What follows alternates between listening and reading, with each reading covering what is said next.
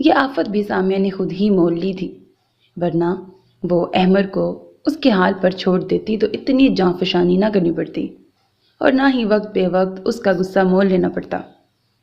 جس طرح چھوٹے بچے کو اسکول بھیجنے کے لیے ایک ماں اس کے لاڈ سہتی ہے، کبھی رسان سے سمجھاتی ہے، کبھی نخرے اٹھاتی ہے، ایسے ہی سامیہ کو احمد کے لیے کرنا پڑتا تھا۔ سامیہ اس کا موڈ بحال کرنے کے لیے ادھر ادھر کی ہلکی بھلکی باتیں کرنے لگی۔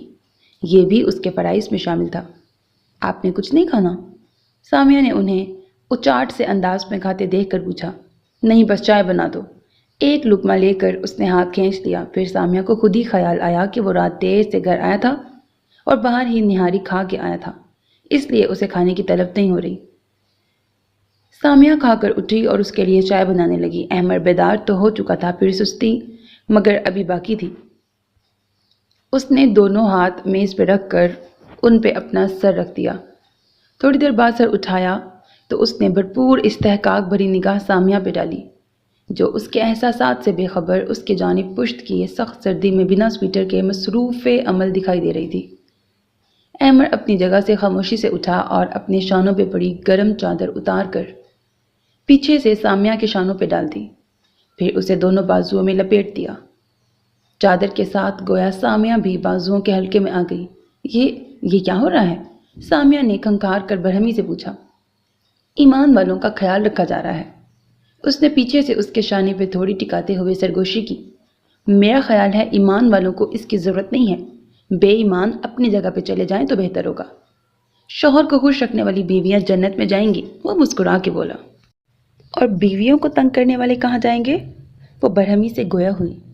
جناب، ہم تو جنت کی راہیں ہموار کر رہے ہیں تمہارے لیے۔ وہ شوق ہوا۔ ہر وہ بات جو اپنے مفاد میں جاتی ہے اچھی طرح سے یاد ہے۔ یاد نہیں تو صرف نماز۔ سامیہ جل کے بولی۔ ارے چھوڑو یار، ہم دکھا دکھا کر اور ستانے کے لیے لمبی نمازیں پڑھنے کے قائل نہیں ہیں۔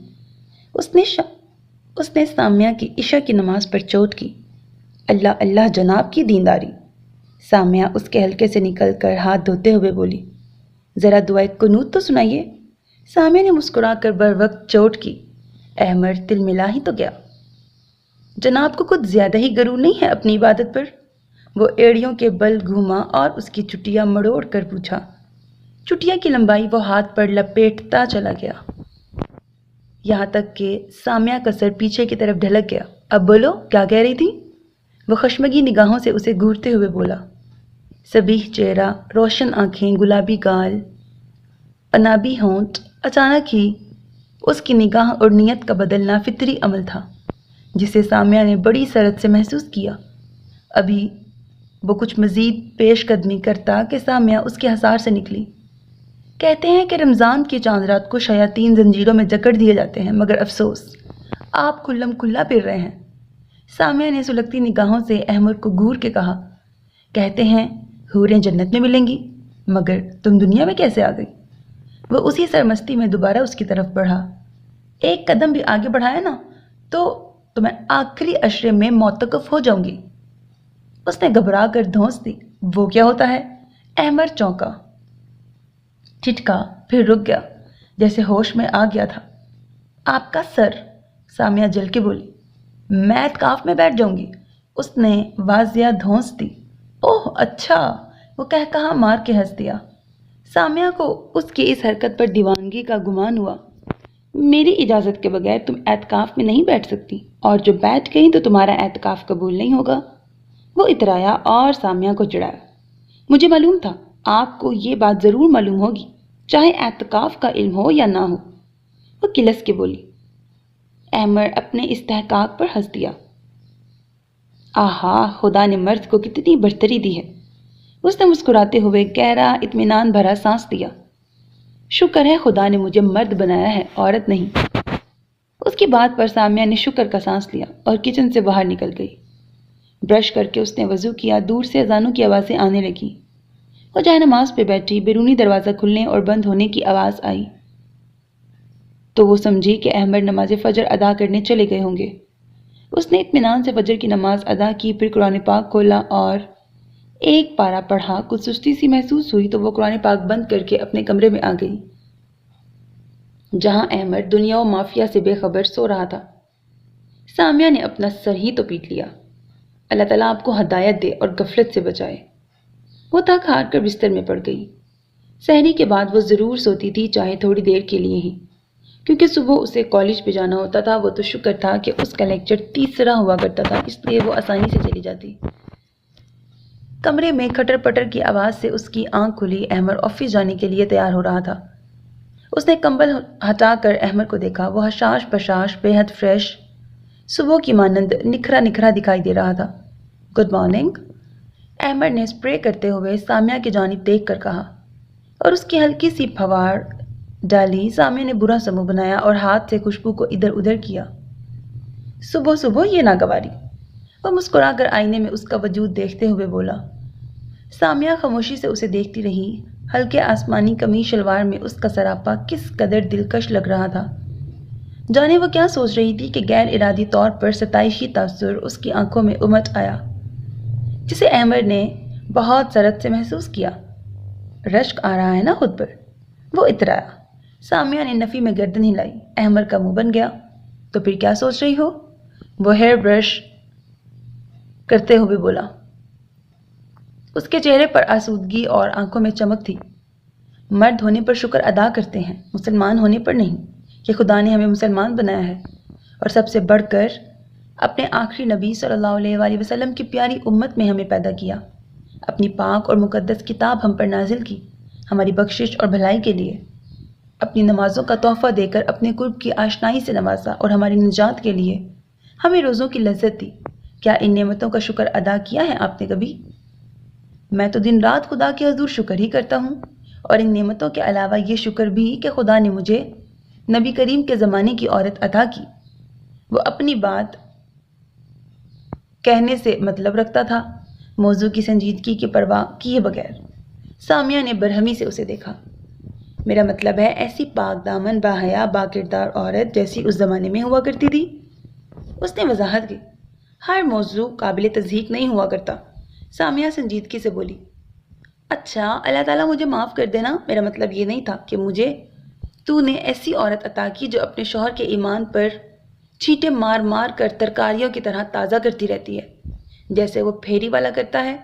اس کی سبزی کا اتنا خرچہ نہیں ہوتا جتنا پانی کا بن جاتا ہے۔ 1 سال میں بھی اس کی سبزی ایکسپائر نہیں ہوتی، اتنا پانی ڈالتا ہے بیچارہ۔ وہ بات کرتے کرتے پھر غیر سنجیدہ ہوا تو سامیہ وہاں سے جل بھن کے اٹھ گئی، پھر جاتے جاتے پلٹی۔ وضو سے پہلے برش ضرور کر لیجیے گا، روز کہتی ہوں مگر سمجھ بھی نہیں آتا۔ صبح ہو جاتے ہیں شروع برش کرنے، برش کرتے ہوئے ٹوتھ پیسٹ کا ذائقہ جاتا ہے تو روزہ مکروہ ہوتا ہے۔ میں اسی لیے مسواک لے آیا تھا۔ جب مرضی کرو، روزے کو فرق نہیں پڑے گا، اور سنت مبارکہ علیحدہ۔ شکر ہے کوئی تو بات سمجھ میں آئی۔ سوچ رہی ہوں یہ خشوع و خضوع نماز کے وقت کہاں چلا جاتا ہے؟ احمد کے حلق میں کونین گھل گیا۔ میں نے فجر کی نماز قضا ادا کر لی ہے۔ اس نے خجالت اتاری اور خفت سے کہا، جس دن معلوم ہو گیا نا کہ جان بوجھ کر نماز چھوڑنے اور قضا کرنے کا کتنا بڑا عذاب ہے، اس دن کبھی قضا نہیں کریں گے۔ سامیہ کہتے کہتے اٹھی، پھر گہرا سانس لیتے ہوئے بولی، ہمارے ابا کا معمول تھا، روزانہ عشاء کی نماز کے بعد سب بہن بھائیوں کو اپنے پاس بٹھاتے، پھر دن بھر کی نمازوں کے بارے میں پوچھتے، اور پھر کوئی نہ کوئی ایسی حدیث سناتے جو ہمیں جھنجھوڑ کے رکھ دیتی۔ انہوں نے ایک ایسی ہی حدیث سنائی تھی جو مجھے من و ان تو یاد نہیں، مگر اس کا متن کچھ یوں تھا کہ حضرت موسیٰ علیہ السلام کے زمانے میں ایک عورت نے بدکاری کی، اس کے بطن سے جب بچہ پیدا ہوا تو اس نے اس بچے کو قتل کر دیا۔ پھر روتے ہوئے حضرت موسیٰ علیہ السلام کے پاس آئی اور انہیں اپنا قصہ بتایا، پھر پوچھا کہ کیا خدا تعالیٰ مجھے معاف کر دے گا اگر میں ان سے معافی مانگوں؟ حضرت موسیٰ علیہ السلام نے سنا تو غیظ و غضب میں آ گئے اور بولے، نہیں، تو نے ایسا فعل کیا ہے کہ خدا تجھے ہرگز معاف نہیں کرے گا۔ وہ عورت گریہ و زاری کرتے وہاں سے چلی گئی۔ جب حضرت موسیٰ علیہ السلام کوہ طور پر روانہ ہوئے تو غیب سے آواز آئی، اے موسیٰ، کیا میں تجھے ایسا شخص نہ بتاؤں جو اس عورت سے کئی زیادہ گناہ گار اور ناقابل معافی ہے؟ حضرت موسیٰ علیہ السلام پریشان ہو گئے، بے شک ان کا رب بہتر جانتا تھا۔ اللہ تعالیٰ نے فرمایا، وہ شخص جو اذان کی آواز اپنے کانوں سے سنے اور پھر بنا عذر کے نماز ادا نہ کرے، وہ شخص اس عورت سے بھی زیادہ گناہ گار اور ناقابل معافی ہے۔ سامیہ کہہ کر خاموش ہو گئی، پھر بولی، جب ہم چھوٹے تھے نا تو ہماری مس نے ایک حدیث سنائی تھی، کم و بیش خدا معاف کرے حدیث کا متن کچھ یوں تھا: بہت سے جانور جنگل میں بیٹھے اپنی اپنی حالتوں پر خدا کا شکر ادا کر رہے تھے۔ شیر نے کہا، شکر ہے میرے رب کا کہ اس نے مجھے شیر بنایا، گیدڑ نہیں۔ گیدڑ نے کہا، شکر ہے میرے رب کا کہ اس نے مجھے گیدڑ بنایا، کتا نہیں۔ کتے نے کہا، شکر ہے میرے رب کا کہ اس نے مجھے کتا بنایا، گدھا نہیں۔ گدھے نے کہا، شکر ہے میرے رب کا کہ اس نے مجھے گدھا بنایا، سور نہیں۔ سور نے کہا، شکر ہے میرے رب کا کہ اس نے مجھے سور بنایا، مگر بے نمازی مسلمان نہیں۔ احمر کے ہاتھ برش کرتے کرتے رک گئے۔ پشیمان سی نگاہ اس نے سامیہ پر ڈالی۔ بے شک احادیث کا اس پر گہرا اثر ہوا تھا۔ تھوڑی دیر پاکیزہ سا تقدس کمرے کے ماحول پر چھایا رہا، پھر احمر مسکرا کر بولا، سامیہ، تمہیں کالج میں نفسیات نہیں دینیات پڑھانی چاہیے تھی۔ تمہارے لہجے میں بڑا اثر ہے اور دین سے بڑی آشنائی ہے۔ اگر میرے لہجے میں اثر ہوتا تو آپ سب سے پہلے متقی اور پرہیزگار بن چکے ہوتے۔ اس نے مسکرا کر کہا۔ جواباً احمر بھی مسکرا دیا۔ پھر احمر اپنا کام جاری رکھتے ہوئے بولا، کہتے ہیں جس کے عمل میں کوتاہی ہو اس کے واعظ میں اثر نہیں ہوتا۔ اس کی بات پر سامیہ مسکراتے ہوئے باتھ روم میں چلی گئی۔ احمر آفس چلا گیا۔ سامیہ اپنی تیاری کے ساتھ ساتھ اپنی زیر نگرانی میں نورا سے گھر کا کام کراتی رہی، پھر تیار ہو کر کالج چلی گئی۔ آج احمر جلد ہی گھر آ گیا۔ حسب معمول سامیہ نے احمر کے فرمائشی کھانے بنائے تھے۔ احمر نے ایک ایک ڈش کو دیکھا تو خوش ہو گیا۔ اتنی محنت سامیہ صرف اس کے لیے اس لیے کر رہی تھی کہ وہ کسی نہ کسی طرح روزے تو رکھ رہے تھے، اور یہی سامیہ کے لیے کافی تھا۔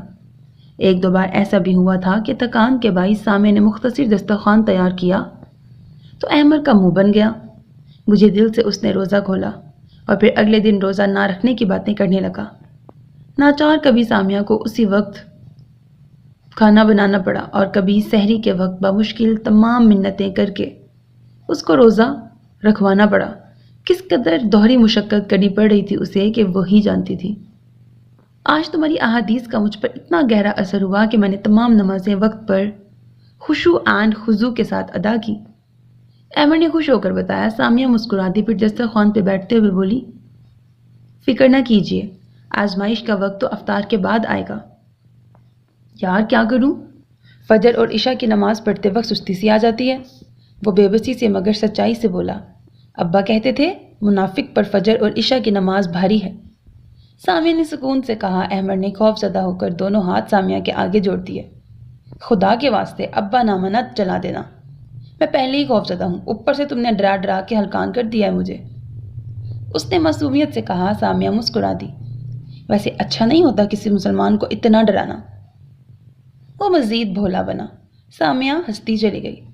جتنی مرضی اداکاری کر لیجئے، شکل پر معصومیت تو آنے سے رہی۔ اس نے جلایا، کیا واقعی روزوں نے ابھی تک نور نہیں چھوڑا؟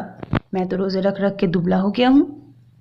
اسے فکر لاحق ہوئی۔ سامیہ بے اختیار ہنستی، پھر بولی، کچھ گھٹے گا تو کچھ ملے گا بھی۔ اس کا مطلب یہ تھا کہ خدا اجر دینے والا ہے، مگر احمر کچھ اور سمجھا اور خوش ہو کے بولا، تم مجھے کیا دو گی؟ کوئی بہت قیمتی تحفہ؟ وہ ایکسائٹیڈ ہوا۔ سامیہ جل ہی تو گئی، پھر مسکرا کے بولی، ہاں میں نے آپ کے لیے 2 کتابیں خریدی ہیں، موت کا منظر اور مرنے کے بعد کیا ہوگا۔ بہت سخت ضرورت ہے آپ کو ان کے مطالعے کی۔ سامیہ کے کہنے پر احمر جھاگ کی طرح بیٹھ گیا۔ اے ایمان والو، مومنو، پرہیزگارو، اللہ سے ڈرو اور ایک کپ چائے کا دے دو، میں نے نماز بھی پڑھنی ہے اور پھر تراویح بھی۔ اس کی چیخو پکار ہنوز سامیہ کو کچن میں سنائی دے رہی تھی۔ وہ سب کام چھوڑ چھاڑ کر اس کے لیے چائے بنانے لگی، حالانکہ وہ ابھی پی کر ہی بیٹھا تھا۔ چائے لے کر وہ جب بیڈ روم میں آئی تو احمر جائے نماز پر 2 زانوں بیٹھا تھا، سر پہ رومال بندھا، ہاتھ میں کوئی چیز تھی جسے وہ مسلسل رٹ رہا تھا۔ اللہ اللہ، آج تو کمرے میں نور اتر رہا ہے۔ سامیہ مسکراتے ہوئے کمرے میں داخل ہوئی اور چائے کا کپ اسے دے دیا، پھر خود بھی وہیں بیٹھ گئی۔ کیا ہو رہا ہے؟ اس نے پوچھا۔ کچھ نہیں، تم جاؤ یہاں سے، اس نے ہاتھ میں پکڑی چیز چھپاتے ہوئے کہا۔ پھر بھی کچھ تو پتہ چلے، سامیہ نے دلچسپی لی۔ وظیفہ کر رہا ہوں، جاؤ تم یہاں سے، اس نے گویا اسے ٹالا۔ سامیہ نے مسکرا کر چائے کا گھونٹ لیا۔ مجھے معلوم ہے دعائے قنوت یاد ہو رہی ہے، وہ شرارت سے گویا ہوئی۔ ہاں ہو رہی ہے، تمہیں کیا اس سے؟ وہ چڑ گیا۔ مشکل ہے، اس نے اکسایا۔ لگی شرط، اس نے جیب میں ہاتھ ڈالا۔ استغفر اللہ،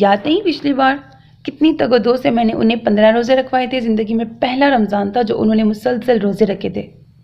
پھر میں امی کی طرف چلی گئی، اس قدر ناراض ہوئے کہ روزے ہی چھوڑ دیے۔ بس نہ پوچھو، ساری محنت ضائع ہو گئی تھی۔ مجھے اتنا ملال ہوا تھا جیسے میرا کوئی مر گیا ہو۔ اب میں نہیں چاہتی کہ کچھ ایسا ویسا ہو، میں کچھ نقصان نہیں کرنا چاہتی۔ سامیہ مسکرا کر بولی، میں جانتی ہوں بی بی۔ صدف بھی مسکرائی۔ ویسے احمر بھائی کا طریقہ کار سمجھ میں نہیں آتا، عجیب دوہری چال چل رہے ہیں، یعنی اپنے فرض کو تم پر احسان جتا کے ادا کیا جا رہا ہے۔ صدف نے معتجب سے انداز میں کہا، بس یار نہ پوچھو، اتنی مشکل سے نماز پڑھواتی ہوں کہ حد نہیں۔ عشاء کی نماز پڑھتے ہوئے تو جان جاتی ہے، کہتے ہیں 20 تراویح میں پاؤں سن ہو جاتے ہیں۔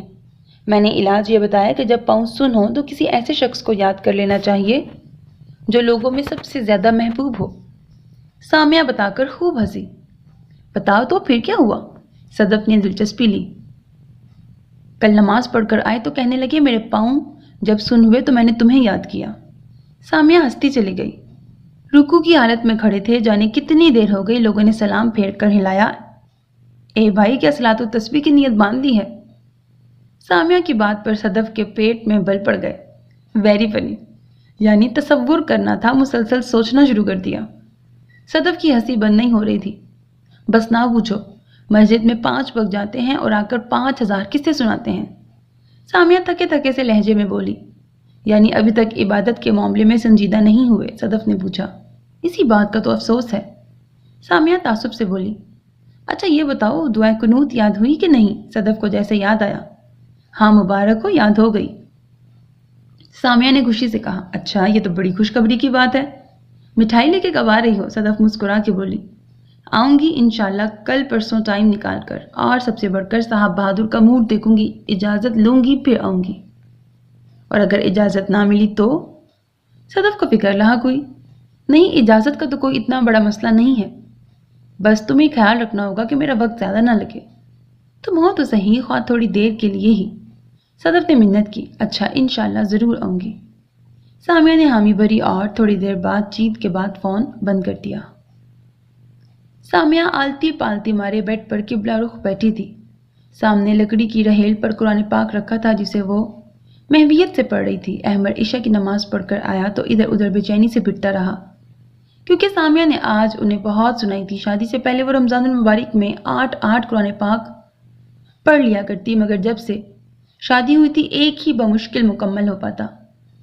احمد کو اپنی کوتاہی کا احساس ہوا، پھر سامیہ کی خفگی تو اس نے سامیہ کو وقت دینے کا سوچا اور خاموش ہو گیا۔ کمرے میں تیسری بار احمد آ کر جھانکا تو سامیہ اس کی بے قراری پر مسکرائے بنا نہ رہ سکی۔ سامیہ کی مسکراہٹ سے احمد کو شے ملی اور وہ لپک کر کمرے میں آ گیا۔ پھر جلدی سے بولا، میں تمہیں کچھ نہیں کہوں گا، یقین کرو۔ سامیہ کے گھورے جانے پر وہ بڑی لجاجت بڑی معصومیت سے گویا ہوا تو سامیہ کھسک کر ایک طرف کو ہو گئی اور وہ بیڈ پر ترچھا لیٹ گیا۔ سامیہ نے اس پر کڑی نگاہ ڈالی تو اس نے بازو اپنے منہ پر رکھ لیا۔ یہ اس کی کوئی نئی انوکھی حرکت نہ تھی، اکثر وہ ایسا ہی کرتا، مگر ساتھ مؤدب بھی رہتا۔ بہرکیف قرآن پاک کا احترام بے حد ضروری ہوتا ہے۔ سامیہ نے اس کے آ جانے پر آواز دھیمی کر لی۔ نہیں ایسے ہی پڑھو جیسے پڑھ رہی تھی، آواز کے ساتھ بہت اچھی لگ رہی تھی تمہاری قرات، سارے گھر میں نور سا پھیل جاتا ہے، یہ مقدس لفظ دل میں اترتے محسوس ہوتے ہیں۔ اس نے بڑی سادگی سے فرمائش کی تو سامیہ با آواز بلند پڑھنے لگی۔ آخری پارہ مکمل کر کے اس نے غلاف میں قرآن پاک بند کیا، پھر رہیل اونچائی پر رکھتے ہوئے جانے اس کے ذہن میں کیا بات آئی، وہ احمد سے بولی، احمد آپ کو قرآن پاک کی قرات سننا اچھی لگتی ہے، کبھی شوق پیدا نہیں ہوا کہ آپ خود بھی قرآن پاک پڑھیں؟ جب پڑھا نہیں تو سوائے افسوس کے کیا کیا جا سکتا ہے؟ وہ وہیں تکیے پر سر رکھ کر لیٹ گیا۔ پڑھ تو آپ اب بھی سکتے ہیں؟ سامیہ اس کے بالوں میں انگلیاں پھیرتے ہوئے اپنائیت سے بولی۔ اب؟ وہ خفیف سا ہو گیا۔ ہاں کیوں نہیں، سامنے جو مسجد ہے اس کا مؤذن بچوں کو پڑھاتا ہے، آپ بھی اس سے پڑھ لیا کریں۔ وہ مؤذن، اسے ایک دم غصہ آ گیا۔ کتنی بری بات ہے، ایک ایسے شخص کو آپ اس طرح کہہ رہے ہیں جو دین کا پرچار کرتا ہے۔ سامیہ نے اسے بروقت ٹوکا۔ چھوڑو یار، زہر لگتا ہے وہ منافق مجھے، لوگوں کا مال کھا گیا، اخلاق نام کی کوئی چیز نہیں ہے، اس لیے تمہیں نہیں معلوم۔ وہ کیا؟ احمر، بری بات، آپ خواہ خفا ہو رہے ہیں، وہ بہت دیندار اور شریف آدمی ہیں، اور پھر اچھی بات جو بھی سکھائے سیکھ لینی چاہیے، اور پھر یہ تو قرآن پاک کا معاملہ ہے۔ سامیہ کو احمر کا انداز قطعی برا لگ رہا تھا۔ وہ دیندار تو ہوگا مگر شریف ہرگز نہیں ہے، لوگوں کی ناک میں دم کیا ہوا ہے، مدرسے کے نام پر لوگوں کا مال کھا گیا، اور سنو الیکشن میں بھی کھڑا ہے اس بار۔ کردار ایسا ہے اس کا کہ لوگوں نے اپنی بچیوں کو مدرسے سے ہٹا لیا۔ سامیہ سر پکڑ کے بیٹھ گئی۔ کچھ تو اس نے سن رکھا تھا مگر احمر نے تو سارا کچا چھٹا ہی کھول ڈالا تھا۔ ہر شخص کی برائی آپ کو اچھی طرح معلوم ہے۔ ہاں، تمہیں نہیں معلوم دنیا میں کیا ہو رہا ہے؟ تم تو دنیا میں فرشتوں کی طرح زندگی گزار رہی ہو۔ بریکٹ، اسی لیے تو آپ کو فرشتہ بنانے کی کوشش کرتی رہتی ہوں۔ سامیہ نے سوچا، اچھا چھوڑیں اس بات کو، آپ دوسرے معلم سے پڑھ لیں جو آپ کو پسند ہو اور جو آپ کو بد اخلاق اور منافق نہ لگتا ہو۔ سامیہ نے ذرا مسکرا کر کہا، چھوڑو یار، اس عمر میں بچوں کے ساتھ پڑھتا کیسا لگوں گا۔ وہ کسیا سا گیا، پھر ایک دم چمک کے بولا، مجھے تو تم ہی اچھی لگتی ہو، بولو پڑھاؤ گی مجھے؟ وہ اس کے سامنے ایک دم بیٹھ گیا۔ مشکل ہے، سامیہ نے جان بچائی۔ کیوں؟ اس کا منہ بنا۔ اگر آپ پڑھنے میں سنجیدہ ہوں تو پڑھا سکتی ہوں، ورنہ دین کا معاملہ ہے، شوخیوں شرارتوں سے کام نہیں چلے گا۔ نہیں، میں حقیقتاً کہہ رہا ہوں، سنجیدگی سے پڑھوں گا۔ اس کے لہجے میں شوق عبادت واضح تھا۔ ٹھیک ہے، پھر اب تو وقت نہیں ہے، رمضان کے بعد پڑھاؤں گی۔ سامیہ نے وقت مقرر کیا، مگر ایک شرط پر۔ وہ بولا، کیا؟ سامیہ کو اس کی الٹی شرط پہ تعجب ہوا، حالانکہ اس نے خود ہی پڑھنے کا ارادہ ظاہر کیا تھا۔ سبق یاد ہونے پر انعام بھی ملے گا، اس نے شوخی سے کہا۔ سامیہ نے اس کے بال پکڑ کر سختی سے نوچے، اور سبق یاد نہ ہونے پر مار بھی پڑے گی، بولے منظور ہے؟ وہ اس کی چالاکیاں خوب سمجھتی تھی۔ وہ بالوں کے نوچے جانے پر بلبلا کے رہ گیا، پھر سامیہ کے دونوں ہاتھ پکڑ لیے۔ یار، پہلے ہی ٹوپی نے سارے بال خراب کر دیے ہیں، جب سے رمضان آیا ہے ہیئر سٹائل بن کر ہی نہیں دیتا، اوپر سے تم نوچ کر صفحہ ہستی سے مٹا دینا چاہتی ہو۔ اللہ میری توبہ! سامیہ نے کانوں کو ہاتھ لگائے۔ کیا اسی لیے آپ نماز پڑھنے سے گریز کرتے ہیں؟ سامیہ نے سوال کیا۔ کچھ ایسا ہی ہے، وہ ہنسا۔ سامیہ خوفزدہ ہو گئی۔ احمر، آپ کیسے بخشش پائیں گے؟ نہ نماز، نہ روزہ، نہ ہی قرآن پاک پڑھا ہوا ہے آپ نے، کیا بنے گا آپ کا؟ اوے خیر ہے، نبی پاک صلی اللہ علیہ وآلہ وسلم بخشوانے آئیں گے اپنی امت کو، اس نے بڑے اطمینان سے کہا۔ سامیہ اسے دیکھتی رہ گئی۔ آپ اکثر ایسا کہہ دیتے ہیں مگر اس عذاب کے بارے میں نہیں سوچتے جو اس سے پہلے ہمیں جھیلنا پڑے گا۔ سامیہ تعصب سے گویا ہوئی۔ تم میرے لیے دعا کیا کرو نا، ویسے بھی تم خدا کے قریب ہو، تمہاری دعائیں زیادہ قبول ہوتی ہوں گی، ہو سکتا ہے اسی طرح میری بخشش ہو جائے۔ اس نے بڑی سادگی اور بڑی آہستگی سے سامیہ سے گزارش کی۔ سامیہ اس کی انمول گزارش بلکہ فرمائش پر مسکرا دی۔ بریکٹ، کسی کی دعاؤں سے آدمی بخشا نہیں جاتا جب تک اپنا عمل، ارادہ، نیت اور عاجزی شامل نہ ہو، مگر اس میں آپ کا بھی قصور نہیں، سب والدین کی طرف سے ملتا ہے۔ خیر، 2.5 برس میں آپ کو کچھ ڈھالا ہے، اور باقی جتنی عمر آپ کے ساتھ گزرے گی آپ کو راہ مستقیم پر لانے کی کوشش کرتی رہوں گی، یہ میرا اپنے رب سے بھی وعدہ ہے اور اپنی ذات سے بھی۔ سامیہ پر سوچ انداز میں اس کے بالوں میں انگلیاں پھیرتی رہی۔ کئی لمحے یوں ہی خاموشی رہی۔ سامیہ، میں آج تمہارے لیے بڑا اچھا سوٹ دیکھ کے آیا ہوں، کل بازار چلیں گے عید کی شاپنگ کرنے۔ ابھی سے؟ ابھی تو آدھا رمضان ہوا ہے۔ سامیہ نے ہاتھ بڑھا کر سائڈ ٹیبل سے پھل اٹھایا، پھر سیب چاقو سے کاٹتے ہوئے بولی۔ سوٹ کی خریداری سے یاد آیا، صدف کا فون آیا تھا۔ سامیہ نے سیب کا ٹکڑا احمر کو دیتے ہوئے کہا۔ احمر نے ہاتھ ہلانے کی زحمت گوارا نہ کی اور منہ کھول دیا۔ کیا کہہ رہی تھی وہ چباتے ہوئے بولے، بوتیک بلا رہی تھی۔ پھر تم نے کیا کہا؟ اس نے سامیہ کو دیکھا۔ آپ سے اسی لیے پوچھ رہی ہوں۔ وہ منہ میں سیب کا ٹکڑا رکھتے ہوئے بولی، آپ کی اجازت پہ منحصر کرتا ہے، تمہارے پاس اتنا وقت ہے کہ تم بوتیک میں بھی ٹائم دے سکو؟ مسلسل جانے کا ارادہ تو نہیں ہے، بس یہ 2-4 دن کے لیے بلا رہی ہے، عید کے سیزن کی وجہ سے۔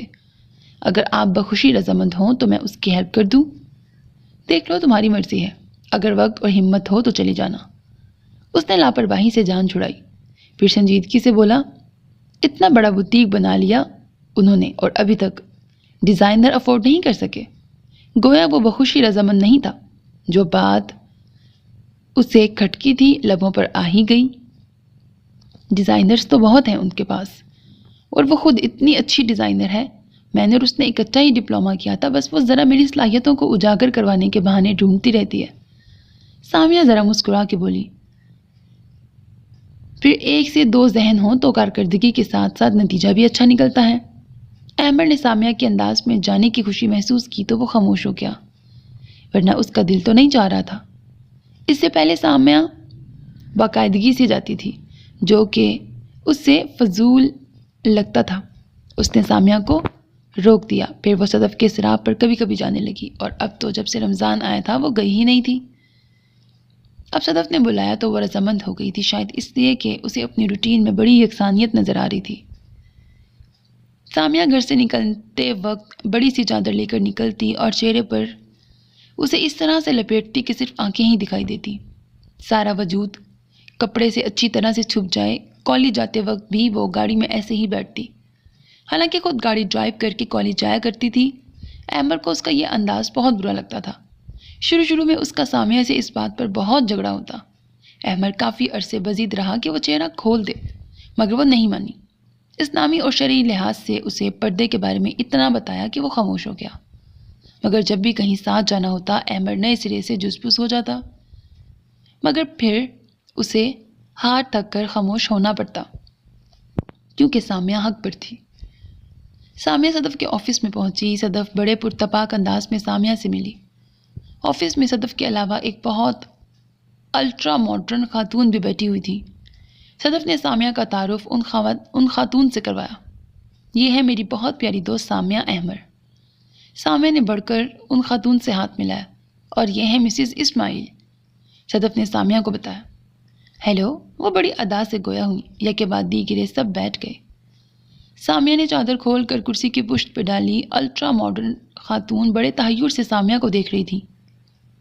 پہلے سامیہ کا برقع، پھر بے نقاب ہونے پر سامیہ کا حسن اس کے ساتھ کی۔ مسز اسماعیل کچھ کنفیوژن کا شکار ہونے لگی۔ سامیہ اور صدف اپنی باتوں میں لگ گئیں تو مسز اسماعیل صدف کو خدا حافظ کہہ کے اٹھ کھڑی ہوئی۔ کمرے سے نکلتے ہوئے سامیہ نے ان کا لباس پہلی بار بغور دیکھا۔ فربہی جسم پر چست لباس، مختصر دوپٹہ، جدید ہیئر سٹائل، اونچی ہیل کی سینڈل جس پہ چلتے ہوئے وجود کا انگ انگ واضح ہو رہا تھا۔ انہیں دیکھ کر سامیہ کی پیشانی ارک آلود ہو گئی۔ پھر خود کو سیٹ کرتے ہوئے اس نے صدف سے پوچھا، کوئی نئی ماڈل ہے؟ نہیں یار۔ نظروں سے اوجھل ہو جانے پر صدف بیٹھتے ہوئے بولی، یہ تو خود ماڈل کی تلاش میں ہیں۔ اسماعیل صاحب ہے نا، مل آنر، انہی کی تو بیوی ہیں یہ۔ ہم بھی انہی سے کپڑے لیتے ہیں۔ اس بار انہوں نے بہت خوبصورت کپڑے بنائے ہیں۔ اس کی ایڈورٹائزنگ کے لیے انہیں نئے اور تازہ چہرے کی تلاش ہے۔ پچھلے برس بھی ان لوگوں نے ہمارے ہی بوتیک سے ماڈل لی تھی۔ وہ ماڈلز جنہوں نے ہالیڈے ان میں ہمارے ملبوسات کی نمائش میں حصہ لیا تھا۔ اب وہی ماڈلز ٹی وی اشتہاروں میں کس قدر پاپولر ہو رہی ہیں، تم نے دیکھا ہی ہوگا۔ اس بار جو میں نے اور ساتھ نے پچھلے ماہ نمائش لگائی تھی، انہیں ان ماڈلز کے ایڈریس دے دیے مگر انہیں پسند ہی نہیں آئے۔ صدف سکون سے بولی، تو پھر ٹی وی ماڈلز سے کانٹیکٹ کریں، ماڈلز کا ملنا اتنا مشکل تو نہیں۔ سامیہ بولی، بات تو ٹھیک ہے تمہاری، مگر جو اچھی ماڈلز ہیں ان کا نخرہ اور معاوضہ آسمان کی بلندیوں کو چھو رہا ہے، اور جن کا معاوضہ کم ہے وہ ہر دوسرے اشتہار میں موجود ہیں۔ نئی ماڈلز کا یہ فائدہ ہوتا ہے کہ اکثر لڑکیاں شوق شہرت کی خاطر مفت ماڈلنگ کر جاتی ہیں، پھر نیا چہرہ ہو تو لوگ دلچسپی بھی لیتے ہیں۔ آم کے آم گٹھلیوں کے دام، کچھ ایسا ہی چاہ رہے ہیں اسماعیل صاحب۔ سامیہ مسکرا دی، پھر صدف اس کی طرف متوجہ ہو کے بولی، اچھا تم بتاؤ کیا لوگی، چائے، ٹھنڈا گرم؟ چائے منگوا لو۔ صدف نے بیل بجائی۔ اور سناؤ کیا حال چال ہے احمد بھائی؟ احمد بھائی کے بخوشی اجازت دے دی تمہیں کہ نہیں؟ صدف نے ڈھیر سارے سوال کر ڈالے۔ 10-12 سال کا بچہ کمرے میں آیا تو صدف نے کہا، 2 کپ اچھی سی چائے اور اس کے ساتھ نہیں کچھ نہیں، صرف چائے۔ اچھا بھائی، صرف 2 کپ چائے لے آؤ۔ بچہ آرڈر لے کر چلا گیا۔ اجازت کا تو اتنا بڑا مسئلہ نہیں ہے، اجازت تو دے ہی دیتے ہیں، بس مجھے خود ہی ان کا خیال رہتا ہے۔ صدف اس کی تابعداری پر مسکرا دی۔ ہر کام میں ان کی رضامندی اچھی لگتی ہے، بس میں چاہتی ہوں وہ خوش رہیں۔ اچھی چاہت ہے۔ اچھا یہ بتاؤ، روزے پورے رکھ رہے ہیں احمر بھائی؟ ہاں، ابھی تک تو محاذ پر قائم ہوں، جس دن غافل ہوئی اسی دن پسپا ہو جاؤں گی۔ کب تک رہو گی محاذ پر قائم؟ جب تک زندگی ہے۔ آخر احمر بھائی کو خود احساس کیوں نہیں ہوتا اپنی عبادت کا؟ جب نہیں ہے تو کروانا پڑے گا نا، اور یہی میرا فرض ہے۔ آخر کیا وجہ ہے احمر بھائی ایسے ہیں کیوں؟ حسب پرورش اور تربیت کا نتیجہ ہے۔ اور پھر تمہیں تو معلوم ہے جب والدین کی شروع سے اپنی مصروفیات ہوں تو بچے گھر کے ماحول سے کب سیکھتے ہیں؟ والدہ سوشل ورکر، باپ بزنس مین، 3 بیٹے، انہوں نے جو چاہا اپنے لیے اپنا لیا۔ والدین نے دنیاوی امور کو اپنے سٹیٹس کی وجہ سے اہمیت دی، اور شاید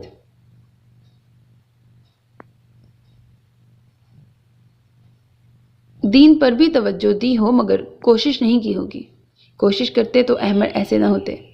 پھر وہ خود ہی پرسوچ انداز میں بولی، کمال اور شکیل بھائی تو ایسے نہیں ہیں۔ کمال بھائی پچھلے برس حج ادا کر کے آئے تھے بھابھی کے ہمراہ، اور شکیل بھائی بھی بظاہر ایسے نظر نہیں آتے۔ اپنے مذہب کا علم تو سبھی کو رہتا ہے۔ شاید احمر کے ساتھ ہوا یہ کہ کافی عرصے ملک سے باہر رہے، اسی لیے اخلاقی، معاشرتی، دینی ماحول سے دور رہ کر وہ سب کچھ فراموش کر چکے ہیں۔ اس نے جیسے خود کو جواب دیا، ہاں ہماری یہ بڑی اچھی خوبی ہے، اپنی ہر برائی کا الزام دوسروں کو ہی دیتے ہیں۔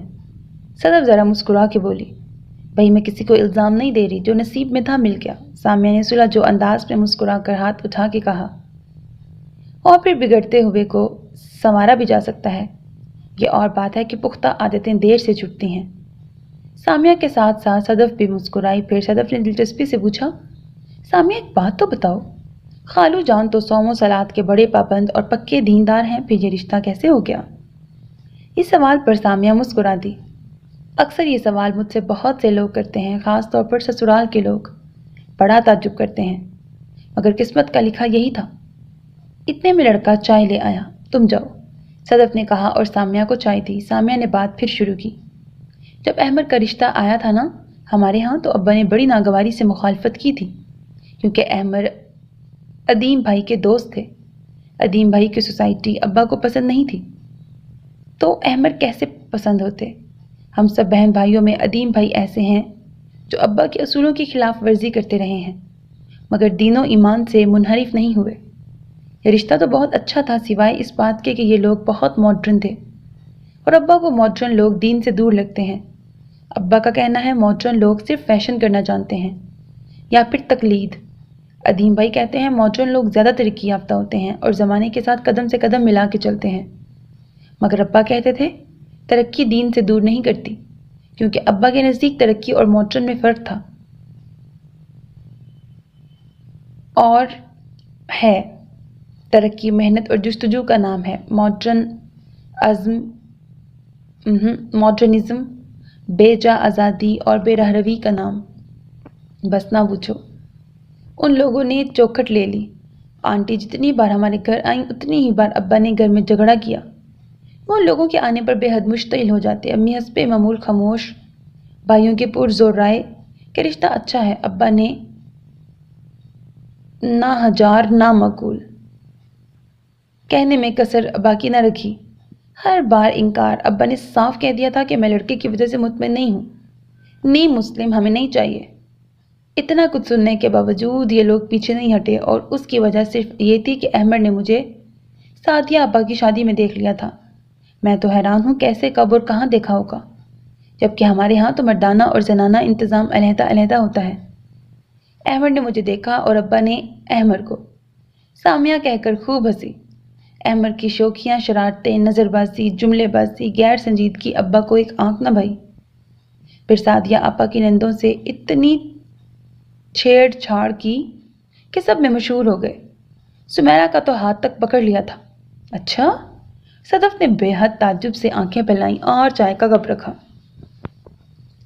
یعنی کہ یہ خصوصیت بھی بدرجہ ادب موجود ہے؟ صدف نے محظوظ ہوتے ہوئے پوچھا۔ ہے نہیں تھی، سامیہ اطمینان سے بولی۔ نہ پوچھو کیسی کیسی عادتیں چھڑوائی ہیں۔ عبادت پر تو اب سختی کرنے لگی ہوں، اور اس رمضان میں تو خاص طور پر، ورنہ پچھلے رمضان جتنے روزے رکھے وہ ڈش پر پروگرام دیکھ کر کاٹے، یا پھر نصرت فتح علی اور عابدہ پروین کی قوالیاں سن کر۔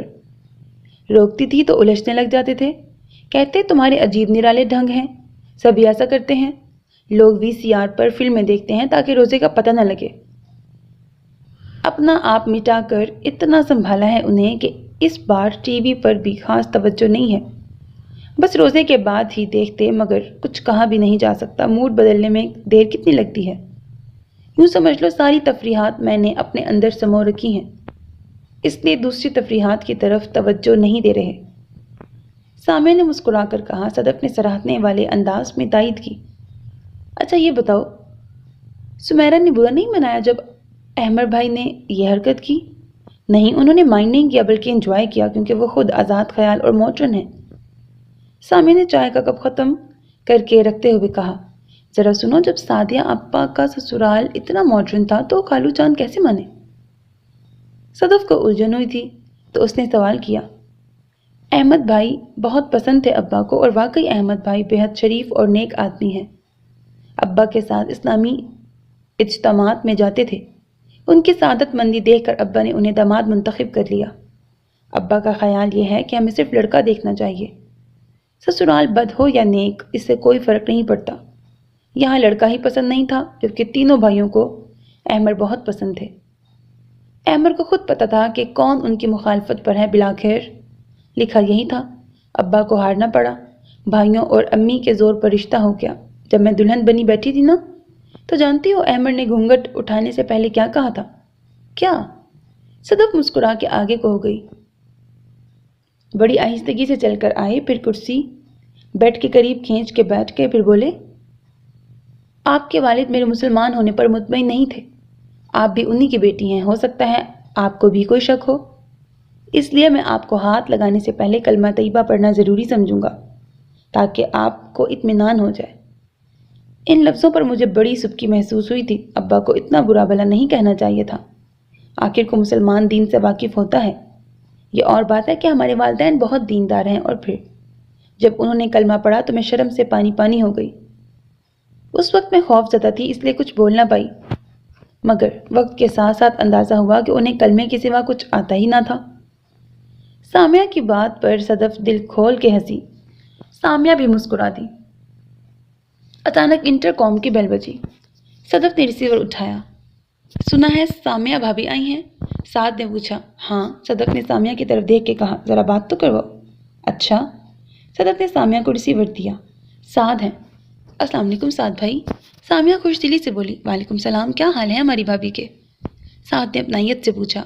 بس آپ کی دعائیں ہیں۔ احمد کا کیا حال ہے؟ شکر ہے ٹھیک ہے، اللہ پاک کا شکر ہے ٹھیک ہے۔ ٹھیک ہے، اللہ پاک کا شکر ہے۔ بھابھی آپ کو زحمت دینی پڑی، مجبوری ہو گئی تھی، بس آپ جانتی ہیں نا عید کا سیزن ہے، لوگ نئے سے نئی کی تلاش میں رہتے ہیں، جتنے ذہن ہوں گے جتنے ہاتھ ہوں گے اتنی ہی چیز اچھی بنے گی۔ کوئی بات نہیں سعد بھائی، سامیہ ان کے تشکر پر خود شرمندہ ہو گئی۔ پھر بھی آپ کا بہت بہت شکریہ کہ آپ نے اپنا قیمتی وقت ہمارے لیے نکالا۔ سامیہ نے بس مسکرانے پر ہی اکتفا کیا۔ بہت سی باتیں ایسی ہوتی ہیں جن کے جواب نہیں ہوتے، لیکن وہ بہت معنی رکھتی ہیں۔ اچھا بھابھی، احمد کو میری طرف سے سلام کہیے گا اور روزوں کی مبارکباد بھی دیجیے گا۔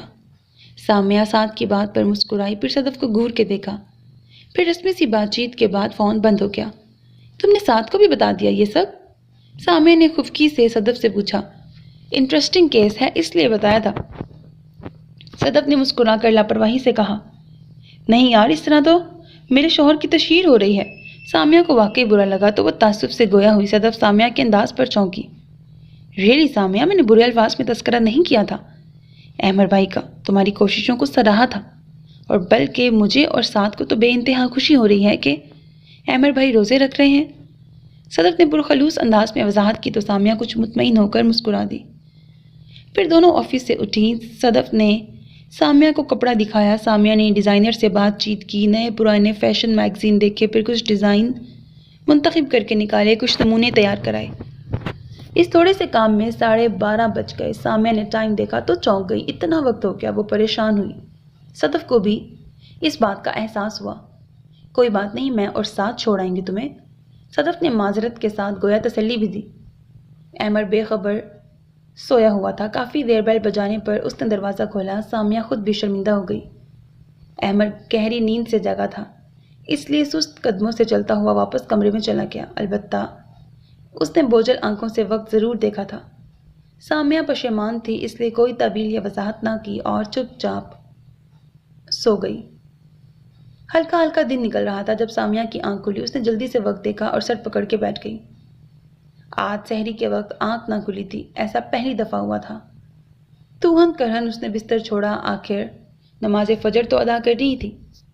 احمد اٹھ جائیے، سحری کا وقت ختم ہو چکا ہے، اٹھ کر نماز ادا کر لیجیے۔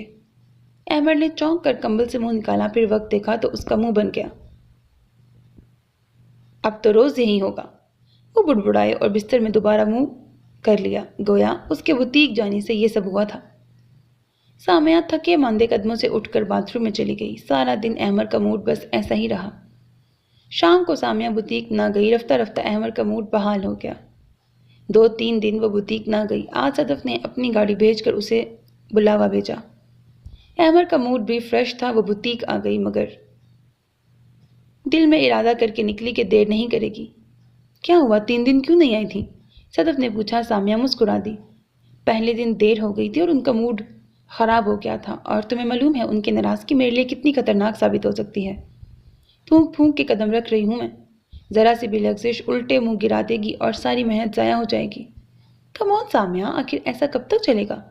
احمد بھائی کو شوق عبادت نہیں ہے تو خوف خدا تو ہونا چاہیے۔ جب تک ان کا جذبہ عبادت خود بیدار نہیں ہوگا تب تک تمہاری کارگزاری تو بے معنی ہے۔ آخر کب تک تم احمد بھائی کو کھینچ کھینچ کر زبردستی خدا کی یاد دلاتی رہو گی؟ آخر کتنا استعمال کریں گے وہ تمہیں؟ جتنا تمہارا فرض تھا تم نے ادا کیا، اب انہیں ان کے حال پہ چھوڑ کے دیکھو کہ تمہاری باتوں کا ان پر کتنا اثر ہوا ہے۔ آخر وہ مسلمان ہیں، باشعور ہیں، سب جانتے ہیں، کوئی معصوم بچہ تو نہیں۔ کیا مطلب ہے تمہارا؟ سامیہ کچھ نہ سمجھتے ہوئے مسکرائی۔ دیکھو، کسان بیج بوتا ہے تو فصل کا انتظار بھی کرتا ہے، مالی پودا اگاتا ہے تو پھل اور پھول کا خواہش مند بھی ہوتا ہے۔ اب تک تم نے ان پر محنت کی، یہ تمہارا فرض تھا۔ اب یہ دیکھو تمہاری محنت کیا رنگ لا رہی ہے۔ عبادت انسان کا خدا سے رابطے کا نام ہے۔ عبادت صرف انسان اور خدا کے درمیان وسیلہ ہے۔ یہ سراسر ہر شخص کا خدا سے علیحدہ تعلق ہے۔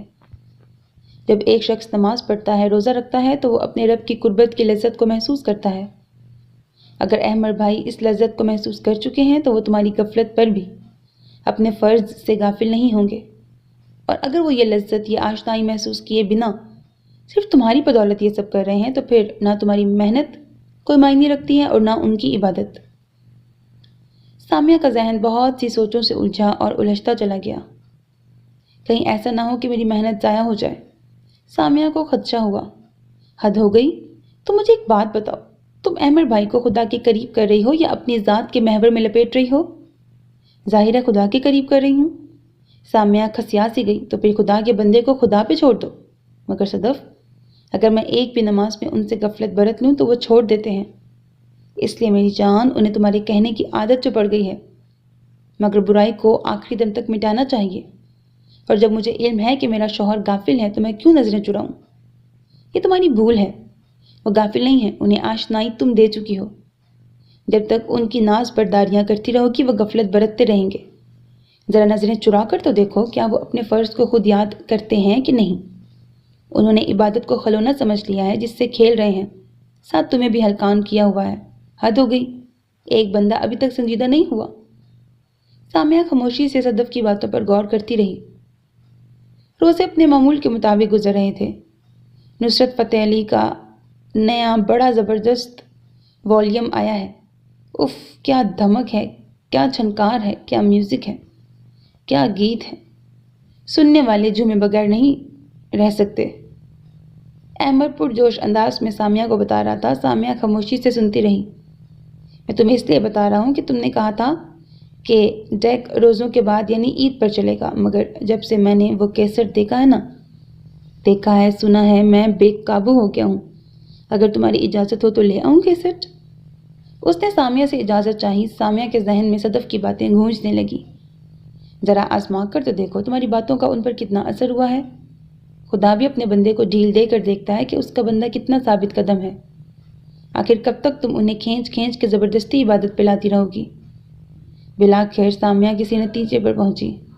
آپ کی مرضی سے لے آئیے، سامیہ نے آہستگی سے کہا۔ آزمائش کی گھڑی آ پہنچی تھی۔ گڈ، مجھے معلوم تھا تم مجھے اجازت دے دو گی، اسی لیے میں خرید لایا تھا۔ اس نے جیب میں ہاتھ ڈالا اور 2-3 نئے کیسٹس نکالے۔ سامیہ کا دل بجھ گیا، یعنی اس کا اتنا سفر رائگاں گیا۔ اس کی کوشش بے معنی تھی۔ وہ پھیکی سی مسکراہٹ کے ساتھ ہنس دی۔ اور یہ دیکھو میں تمہارے لیے کتنی زبردست ساڑی لایا ہوں۔ تمہیں تو عید کے دنوں میں بازار جاتے ویسے بھی جھنجھلاہٹ ہوتی ہے، میں نے سوچا خود ہی خریداری کر لوں، کچھ خریداری تمہارے ہمراہ کر لوں گا۔ ویسے ہی مجھے اچانک پسند آ گئی تھی، ارادتاً میں خریدنے نہیں نکلا تھا۔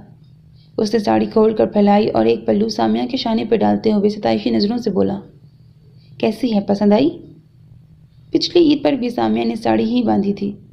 چھوٹے بلاؤز کی ساڑی میں اسے اتنی دقت ہوئی تھی کہ اوپر سے شال لینی پڑی تھی۔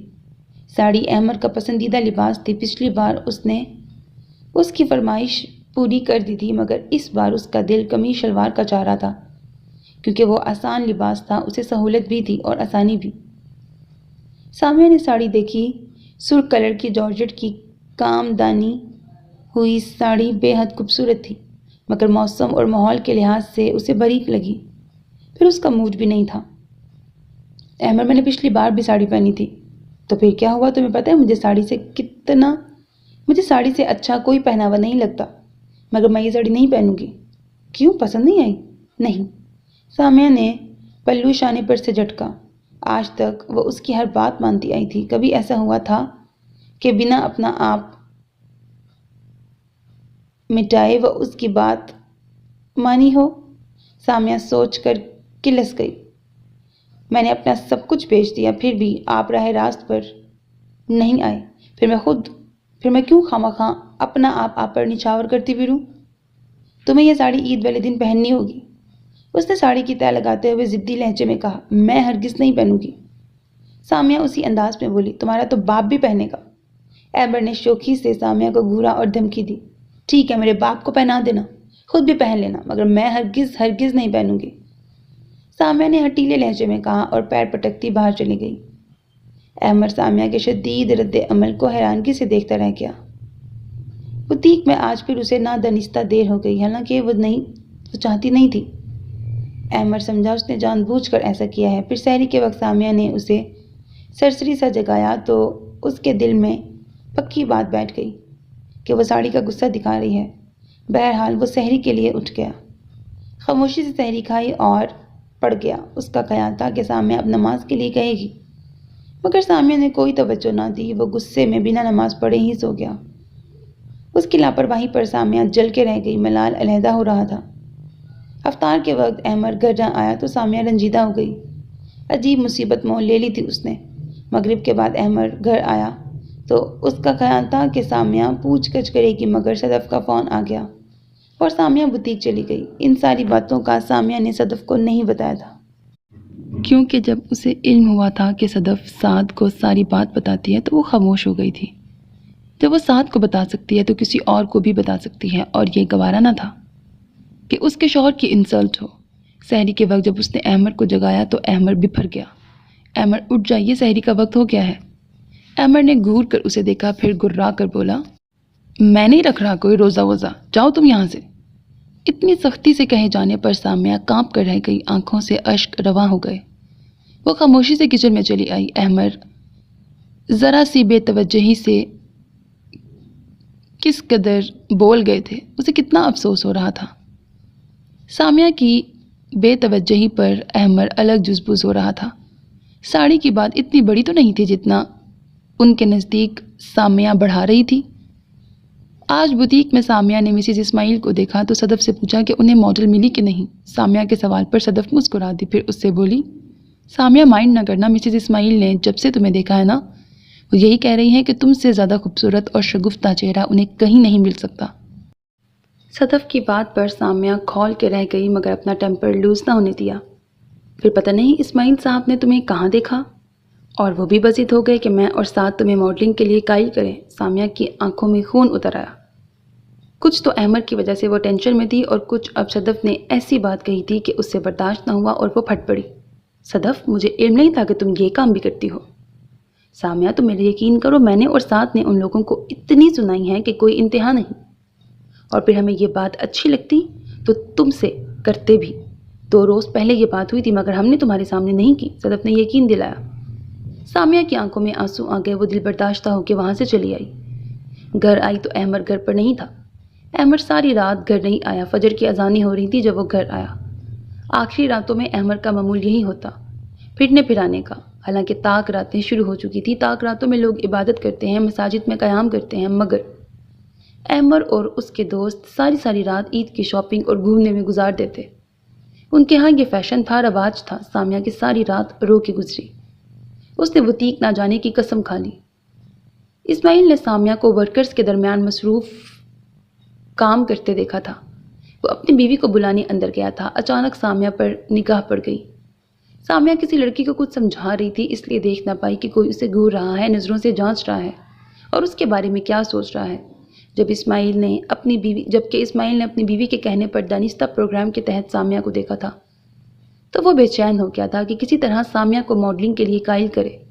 اب بھی وہ سعد کے آفس میں بیٹھا اس بات پر سعد کو رضامند کر رہا تھا اور سامیہ کے گھر کا ایڈریس مانگ رہا تھا۔ سعد نے تھک ہار کر اسماعیل کے آگے ہاتھ جوڑ دیے۔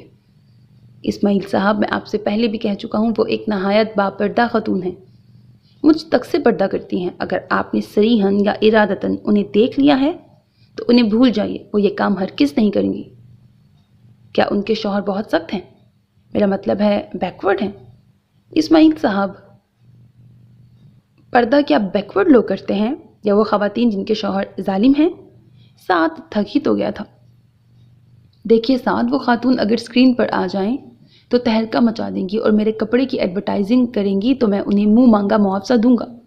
آپ صرف مجھے یہ بتا دیں کہ ان کے شوہر کس مزاج کے ہیں۔ اسماعیل ہلنے کا نام نہیں لے رہا تھا۔ ان کے شوہر اتنے ماڈرن ہیں کہ آپ تصور بھی نہیں کر سکتے، اتنے وسیع القلب اور اتنے وسیع الذہن کہ آپ اندازہ لگائیں تو نہیں لگا سکتے۔ پورا انگریز کا پتر ہے وہ، کسی بات کو کوئی اہمیت ہی نہیں دیتا۔ سعد نے کہا تو اسماعیل کی تو بانچیں کھل گئیں۔ پھر تو کوئی بات ناممکن ہی نہیں، آج ہی بات کرتے ہیں احمد صاحب سے۔ آج 27 کی رات تھی۔ سامیہ جائے نماز پر بیٹھی۔ 3-4 دن سے دل عجیب سی بے چینی کا شکار ہو رہا تھا۔ ایک تو اس بات کا کھٹکا کہ احمد روزے رکھ رہا ہے کہ نہیں، دوسرا اس بات کا دکھ کہ اسماعیل نے اسے دیکھا کیسے اور پھر اس کے بارے میں اتنی گھٹیا بات سوچی کیسے۔ جب سے سامیہ نے احمد کو روکنا ٹوکنا چھوڑا تھا، احمد خود ہی نماز باقاعدگی سے پڑھ رہا تھا۔ یہ اور بات ہے کہ سامیہ کو ستانے کی غرض سے اس نے سامیہ پر یہ بات واضح نہ کی تھی کہ وہ روزے بھی رکھ رہا ہے اور عبادت بھی کر رہا ہے۔ اسے بھی غصہ تھا کہ سامیہ نے ذرا سی بات کا بتنگڑ کیوں بنایا۔ آخر وہ کیا بات نہیں مانتا تھا سامیہ کی؟ کوئی دوسرا مرد ہوتا تو اسی بات پر سیدھا کر کے رکھ دیتا۔ احمد ٹی وی لاؤنج میں جلتا گھٹتا پھر رہا تھا۔ ہر طرح کا اختیار دے کر اس نے سامیہ کو سر پہ چڑھا لیا تھا۔ ہر بات پہ اپنی ضد اور برتری رکھتی ہے۔ اس کی سوچیں سمت سے بے سمت ہو رہی تھی۔ مرد کی سوچ ہوا کی مانند سرکش اور لہروں کی طرح بدمست ہوتی ہے۔ سوچوں میں چنگاری لگ جائے تو الاؤ بھڑکتے دیر نہیں لگتی۔ لہروں میں ہلچل مچ جائے تو طوفان آ جاتا ہے۔ ٹیلی فون کی تیسری بیل پر احمد نے فون اٹھایا۔ سعد نے سلام دعا کے بعد رسمی سی بات چیت کی، پھر احمد کو زوروں کی مبارکباد دی تو احمد کا ذہن معاف ہو گیا۔ حالانکہ سعد نے برے دل سے یا دل آزاری کی نیت سے نہیں کہا تھا، مگر احمد کو بہت برا لگا، گویا سامیہ نے اس کے اشتہار لگا دیے تھے۔ کیا وہ مسلمان نہیں؟ اس نے سعد پر یہ بات واضح نہ ہونے دی کہ اسے برا لگا ہے، کیونکہ قصور سامیہ کا تھا، سعد کا نہیں۔ پھر سعد نے اسماعیل کا تھوڑا سا تعارف کرایا اور اسماعیل کا مدعا بیان کیا۔ احمد سعد کی گفتگو پر گنگ سا رہ گیا۔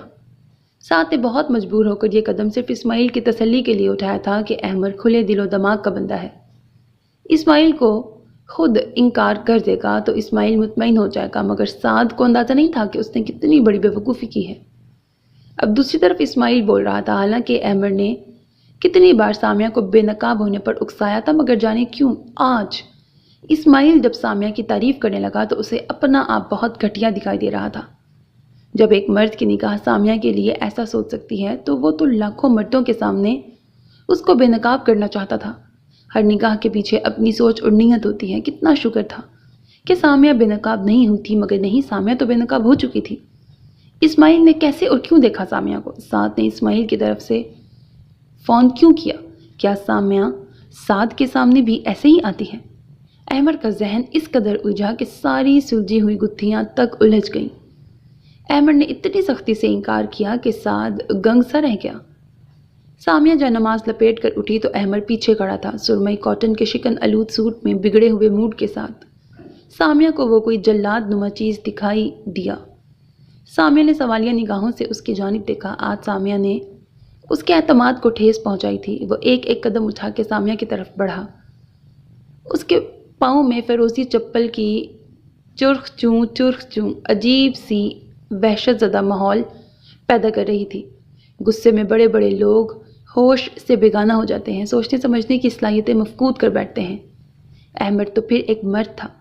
سامیہ خوفزدہ تو ہو رہی تھی مگر کسی نتیجے پر نہیں پہنچ پائی تھی۔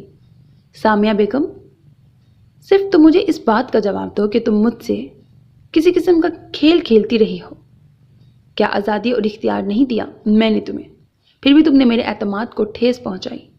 مجھ سے کہو، مجھے بتاؤ، میں تمہاری ہر خواہش فرمائش پوری کرنے کے لیے تیار ہوں، مگر تم کھل کر سامنے تو آؤ، مجھ پہ واضح تو کرو تم ہو کیا؟ اس کی گرراہٹ ایسی تھی کہ کوئی اور وقت ہوتا تو سامیہ کا دل بند ہو جاتا، مگر یہ عزت کا معاملہ آن ٹھہرا تھا۔ سامیہ ایک لمحے میں احمد کی بات کا مفہوم سمجھ گئی، پھر اس کے روب میں آئے بغیر بڑی نفرت اور ناگواری سے بولی، یہ سب آپ کے ایمان کی کمزوری کا نتیجہ ہے۔ مت کرو دین ایمان کی باتیں میرے سامنے۔ وہ جیسے گررایا۔ کیوں نہ کروں؟ سامیہ اس کے سامنے ڈٹ کر اسی انداز میں بولی، اگر آپ کے پاس رتی برابر بھی ایمان ہوتا تو آپ میرے پاس آنے سے پہلے اس شخص کا منہ توڑ دیتے، اس کی آنکھیں نوچ لیتے۔ وہ جیسے ہانپ گئی۔ یہی تو بات میں تم سے پوچھ رہا ہوں کہ ان آنکھوں نے تمہیں دیکھا کیسے؟ وہ دانت چبا کر بولا، آپ مرد ہیں اور بہتر جانتے ہیں کہ مردوں کی ناپاک آنکھیں ناکام عزائم کے لیے عورتوں کے وجود کو کیسے دیکھتی ہیں، کس طرح تراشتی ہیں اپنے ارادے ان میں۔ وہ نخوت سے بولی، مجھے نہیں ضرورت کسی ستائشی فہمائشی نظروں کی، میں بھوکی نہیں ہوں، میرے پاس میرا محرم ہے۔ وہ چلائی، تمہیں اگر اپنے محرم کی لاج ہوتی تو تم اس کی تشہیر یوں نہ کرتی پھرتی کہ لوگ فون کر کے اسے تضحیک کا نشانہ بناتے۔ وہ اس سے بھی زیادہ تیز آواز میں چلایا، تمہیں اپنی برتری کا جھنڈا لگانا تھا سو تم نے لگا لیا۔ اپنے باپ کو یہ ثابت کر کے دکھانا تھا کہ تم نے مجھے مسلمان بنایا ہے۔ اپنے باپ کی نظروں میں مجھے اور خود کو معتبر کرنے کے لیے تم میرے ساتھ یہ کھیل کھیلتی رہی ہو۔ سامیہ کا دماغ اس کی بدگمانی پر چکرا کے رہ گیا، مگر وہ اپنے حواس بحال رکھتے ہوئے بولی، احمد، اتنا ذلیل نہ کیا کیجیے مجھے کہ آپ کا اپنا آپ گھٹیا ہو جائے۔ سعد نے اگر آپ کو فون کر کے مبارکباد دی ہے تو آپ کو برا نہیں ماننا چاہیے، بلکہ خوش ہونا چاہیے کہ لوگ آپ کی اچھی بات پر سراہ رہے ہیں۔ برا تو آپ کو جب لگنا چاہیے تھا جب آپ خدا سے غافل تھے۔ شرم تو آپ کو جب آنی چاہیے تھی جب آپ دنیا کی رنگینیوں میں خدا کی ذات کو فراموش کر بیٹھے تھے۔ آج شرمندہ ہونے کا کیا مطلب ہے؟ سامیہ تو جیسے بفر گئی۔ شرمندہ تو مجھے ہونا چاہیے کہ میں اپنی محنت کو ضائع ہوتے دیکھ رہی ہوں۔ وہ عورت جو ایک رات بھی اپنے شوہر سے ناراض نہیں ہوئی اور نہ ہی اپنے شوہر کو ناراض کیا، صرف اس خوف سے کہ فرشتے لعنت دیتے ہیں ایسی عورت کو جو اپنے شوہروں کو ناراض کرتی ہیں۔ وہ عورت 8 دن سے نہیں بول رہی، آخر کیا وجہ ہے؟ آپ نے سوچنا مناسب سمجھا؟ صرف اس لیے کہ میں یہ دیکھنا چاہتی تھی کہ میں صحیح معنوں میں کیا آپ کو خدا کے قریب لے آئی ہوں، مگر نہیں، آپ تو وہیں کھڑے ہیں جہاں سے میں نے آپ کا ہاتھ تھاما تھا، مگر آج تو اور بھی نیچے گر گئے ہیں آپ نے یہ بات کیسے سوچ لی کہ میں نامحرموں سے اپنی شہرت کے جھنڈے لگواؤں گی؟ اتنے عرصے ساتھ رہ کر بھی آپ کو میرے کردار اور میری پاک دامنی پر یقین نہیں آیا؟ تو پھر فون کیجئے صدف کو اور پوچھئے اس سے کہ میں 2 دن سے بوتیک کیوں نہیں آ رہی۔ آپ کی غیرت کو اتنا برا کیوں لگا میرا کسی غیر محرم کے سامنے آ جانا؟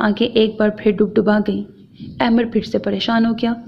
احمر نے اسے اپنے قریب کر لیا اور سامیہ بے اختیار ہو کر اس کے شانے پر سر رکھ کے رو دی۔ 2 دن عجیب سی خاموشی میں گزرے۔ احمر ہر لمحے اس کی دلجوئی کرتا رہا۔ وہ ہوں ہاں میں جواب دیتی رہی، مگر اپنی جانب سے کوئی لمبی بات نہ کی۔ احمر کی پریشانی اور بے قراری بڑھتی جا رہی تھی۔ انسان کو غصے کی حالت میں خود پر اتنا اختیار ہونا چاہیے کہ غصہ ہی تھا جس نے اسے ذلیل کر کے رکھ دیا تھا۔ آج چاند نظر آ گیا تھا۔ چاند رات کے ہنگامے، شور شرابہ جوبن پہ تھا اور ان کے گھر میں کیسی عجیب سی اداسی تھی۔ چاند رات میں وہ باہر گھومنے پھرنے جاتے تھے۔ چاند رات کے حسن اور رنگینیوں کا اپنا ہی لطف ہوتا ہے، مگر جب دل کے موسم اداس ہو، محبوب ناراض ہو، تو کسی چیز کا کوئی لطف نہیں آتا۔ اسی خاموشی کے ساتھ احمر صبح عید کی نماز پڑھنے چلا گیا۔ اس وقت سامیہ کچن میں مصروف تھی۔ نماز پڑھ کر نکلا تو دوستوں نے گھیر لیا۔ ان سے ملنے ملانے میں کافی دیر ہو گئی۔ جب وہ گھر آیا تو گھر میکے اور سسرال والوں سے بھرا ہوا تھا۔ عزیز و اقارب بھی موجود تھے۔ سب لوگ انہیں نئے گھر میں پہلی عید کی مبارکباد دینے آئے تھے۔ وہ سب سے گلے ملا۔ اسی اثنا میں مہمانوں میں گھری سامیہ پر نگاہ پڑی۔ اس کی لائی ہوئی ساڑی میں ملبوس میک اپ اور زیور سے آراستہ سامیہ کس قدر پرکشش اور دل میں اتر جانے کے قابل لگ رہی تھی۔ اس کے دل میں سامیہ کو دیکھ کر اطمینان سا اتر گیا، گویا ناراضگی بالکل ختم ہو چکی ہے۔ وہ مہمانوں سے مسکرا کر باتیں کر رہی تھی۔ وہ مطمئن ہو کر بیٹھ گیا، مگر یہ اطمینان جلدی ختم ہو گیا جب سامیہ نے اسے کوئی لفٹ نہ کرائی۔ اس کی آنکھوں کے سامنے ہوتے ہوئے وہ کیسی بے اعتنائی سے پیش آ رہی تھی۔ نہ ہی عید کا سلام کیا تھا، نہ عید ملی تھی۔ وہ بیٹھے بیٹھے کھولتا رہا۔ مسلمانوں کا آنا جانا لگا رہا۔ سامیہ مصروف رہی۔ دن ڈھلا، پھر شام، پھر رات ہو گئی۔ احمر عشاء کی نماز ادا کرنے چلا گیا۔ پورے رمضان میں نمازوں کی ایسی عادت پڑی تھی کہ اذان سنتے ہی وہ نماز کے لیے تیار ہو جاتا تھا۔ نماز پڑھ کر آیا تو مہمان جا چکے تھے۔ سامیہ بیڈ روم میں ابھی پھول رکھنے آئی تھی جو صدف دے کر گئی تھی کہ پیچھے سے احمر آ گیا۔ گلا کھنکھار کر بے نیاز سی بنی سامیہ کو اپنی موجودگی کا احساس دلایا۔ سامیہ نے پلو سنبھالتے ہوئے اسے دیکھا، پھر پھول ٹھیک کر کے لگانے لگی۔ سامیہ کا موڈ مہمانوں کی آمد سے فریش اور تبدیل ہو گیا تھا۔ وہ ایک ایک قدم اٹھاتے ہوئے سامیہ کی طرف آیا۔ کمرے میں اسی فیروزی چپل کی چرخ چو ابھرنے لگی۔ سامیہ نے گھور کر احمر کے پاؤں دیکھے۔ کیا ایمان والوں کے ہاں عید ملنے کا رواج نہیں ہے؟ وہ اس کے بہت قریب آ گیا۔ سامیہ عجیب سی بوکھلاہٹ کا شکار ہو گئی، پھر بات ٹالنے کی غرض سے بولی، آپ یہ فیروزی چپل نہ پہنا کریں۔ کیوں؟ احمر معتجب ہوا۔ مجھے ایسا لگتا ہے جیسے کوئی گنڈا میری طرف بڑھ رہا ہے۔ وہ خوف زدہ ہو کر بولی، اسے اس چپل کی آواز ذرا اچھی نہیں لگتی تھی۔ احمر کہا لگا کر ہنس دیا۔ کتنے دن بعد وہ بشاشت سے ہنسا تھا۔ یہ تم نے بہت بڑی غلطی کی، مجھے بتا دیا۔ اب تو یہ چپل میرے پاؤں سے کبھی اترے گی ہی نہیں۔ وہ مزہ لیتے ہوئے بولا، پھر ایک طرف ہوتے ہوئے اس پر جھک کر بولا، پہلے تو تم مجھے میرے پورے روزے رکھنے کا انعام دو اور پھر میری عیدی۔ وہ صوفے پر آرام سے بیٹھ گیا۔ سامیہ نے حیرانگی سے اسے دیکھا۔ غصہ تو اسے اس الٹی منطق پر بہت آیا، پھر سادگی سے بولی، روزہ خدا کے لیے ہے اور عید روزے داروں کا انعام ہے، مگر میری عیدی آپ مجھے دیں گے کہ میں آپ کو دوں؟ وہ لڑنے مرنے پر اتر آئی۔ بھائی ہمارے ہاں تو یہ رواج ہے، جو عید ملے گا وہ عیدی لینے کا حقدار قرار پائے گا۔ میں تم سے عید ملا ہوں، عیدی میرا حق ہوگی نہ کہ تمہارا۔ ہیں؟ سامیہ کے چاروں طبق روشن ہو گئے۔ ابھی جو آپ مجھ سے، اسے کہتے کہتے حیا آ گئی۔ ابھی عید نہیں ملے ہیں آپ، بات تو ایک ہی ہے، اس نے جلدی سے کہا۔ جی نہیں، بڑھ کر تم مجھ سے عید ملو تو تمہیں عیدی ملے گی۔ وہ اپنی گری مونچھوں پر ہاتھ پھیرتے ہوئے بولا۔ سامیہ خونخوار ہو گئی۔ ٹھیک ہے، پھر میں بھی عید نہیں مل رہی۔ اس نے پاؤں زمین پر مارا اور باہر جانے کے لیے قدم اٹھائے، لیکن دوسرے ہی لمحے ساڑی کسی چیز سے اٹکی۔ وہ ساڑی کی فال میں الجھی، لڑکھڑائی اور دوسرے ہی لمحے احمر پر آ گئی۔ احمر نے اسے جلدی سے سنبھالا۔ سامیہ کی نگاہ صوفے کے ہتھے پر پڑی جہاں پلو بندھا ہوا تھا۔ سامیہ نے احمر کو گھورا۔ اسی لیے تو مجھے ساڑی سے اچھا کوئی لباس نہیں لگتا۔ وہ شرارت سے ہنسا اور پھر کئی لال ہرے نوٹ سامیہ کو تھما کر بولا، لاؤ اب میری عیدی۔ بے ایمان لوگوں کو عیدی نہیں ملتی، سامیہ نے مسکرا کر کہا اور اٹھ کر جانے لگی۔ بے ایمان لوگوں کو زبردستی بھی کرنے آتی ہے۔ اور دوسرے ہی لمحے وہ احمر کے بازوؤں میں ریشمی تھان کی مانند گھلتی اور بکھرتی جا رہی تھی۔ عید کی تمام رونقیں بحال ہو گئیں۔ خدا کی خوشنودی کی طرح محبت کرنے والے محبوب کی خوشیوں کا بھی احترام کرتے ہیں، ان کی ذرا سی ناراضگی پر بے چین ہو جاتے ہیں۔ اس بات کا ادراک سامیہ کو احمد سے روٹ کر ہوا تھا کہ وہ کس قدر بے پناہ اسے چاہتا ہے۔ ختم شد۔ سو میرے عزیز listeners, this was the end of the novel پہلو میں ہے عید کا چاند۔ Hope that you like it. اپنا بہت خیال رکھیے گا نیک تمناؤں کے ساتھ۔ اللہ حافظ۔ And don't forget to subscribe to my channel because that's how you can encourage me.